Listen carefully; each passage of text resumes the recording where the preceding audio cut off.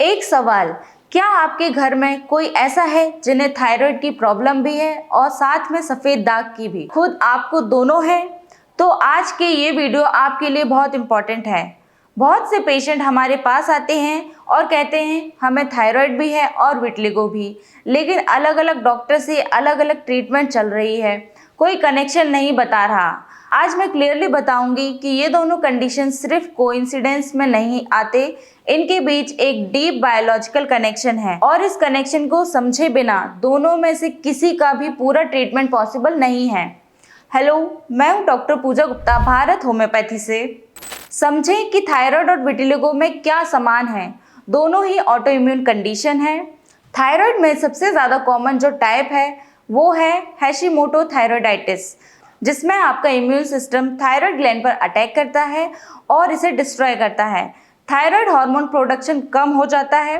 Vitiligo में आपका immune system आपके स्किन के मेलानोसाइट्स पर अटैक करता है, इन्हें नुकसान पहुंचाता है, जिससे मेलानिन प्रोडक्शन कम हो जाता है। दोनों में एक ही फंडामेंटल प्रॉब्लम है, इम्यून सिस्टम ने अपने ही सेल्स को दुश्मन समझ लिया है और रिसर्च काफ़ी क्लियरली कहती है कि जो लोग एक ऑटो इम्यून कंडीशन से पीड़ित हैं उन्हें दूसरी ऑटो इम्यून कंडीशन होने का रिस्क काफ़ी ज़्यादा होता है। स्टडीज में पाया गया है कि विटिलिगो पेशेंट्स में थायराइड डिजीज होने की प्रोबेबिलिटी नॉर्मल पीपल से 2 से 3 गुना ज़्यादा होती है। अब ये भी समझें कि थायराइड डायरेक्टली विटिलिगो को कैसे अफेक्ट करता है। Thyroid hormone T3 and T4 आपके पूरे बॉडी के मेटाबॉलिज्म को रेगुलेट करते हैं। स्किन सेल्स भी इसका एक्सेप्शन नहीं है।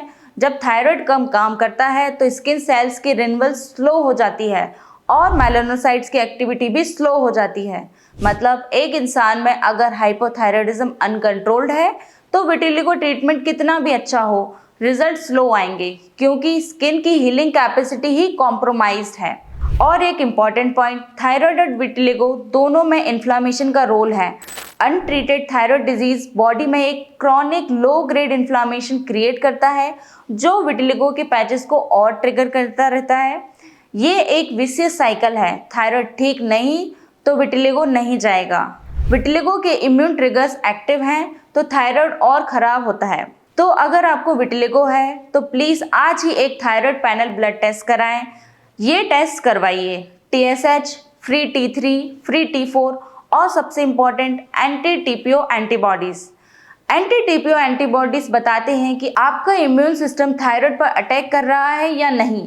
बहुत से लोगों में TSH नॉर्मल होता है लेकिन एंटी TPO एंटीबॉडीज पॉजिटिव होते हैं। इसका मतलब early auto immune thyroid process चल रहा है।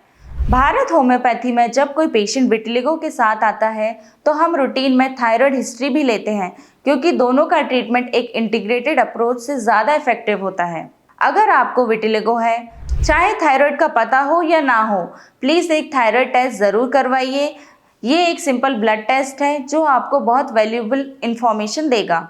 आज ही अपने सफ़ेद दाग के पैचेस की फ़ोटोज़ हमारे व्हाट्सएप पर भेजें। अगर आपको थायराइड की बीमारी भी है तो वो भी बताइए। TSH लेवल क्या है, एंटी TPO एंटीबॉडीज़ का रिजल्ट क्या आया, ये सारी इन्फॉर्मेशन हमारी टीम को आपके केस एक्यूरेटली एसेस करने में बहुत हेल्प करेगी। एक बॉडी है और एक इम्यून सिस्टम और उसका एक इंटीग्रेटेड अप्रोच से ठीक करना है। आइए मिलकर दोनों को ठीक करें। धन्यवाद।